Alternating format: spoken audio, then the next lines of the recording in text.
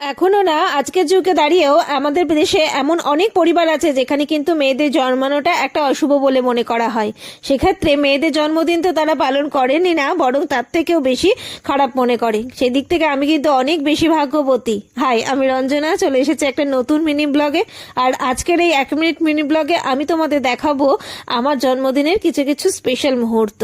ছিল জন্মদিন, আর তার জন্য বর, মা, বাবা, ভাই সবাই মিলে আয়োজন করেছিল ঘরোয়াভাবে, ছোট্টভাবে, কিন্তু আমার পছন্দের এবং আনন্দের জন্য।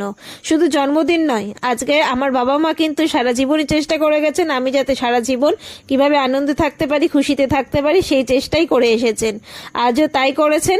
আজ আমার মা আমার পছন্দের জন্য প্রথমবার বাড়িতে বিরিয়ানি করেছে, আর তার সঙ্গে আরো অনেক অনেক খাবার তো ছিলই। সন্ধ্যাবেলায় করেছিলাম কেক কাটিং, আর তারপরে অনেক অনেক মজাও করেছিলাম। সবটা তো শেয়ার করা সম্ভব না, কিছুটা তোমাদের সঙ্গে শেয়ার করেছি। আজকের ভিডিওটা ভালো লাগলে লাইক, শেয়ার, সাবস্ক্রাইব।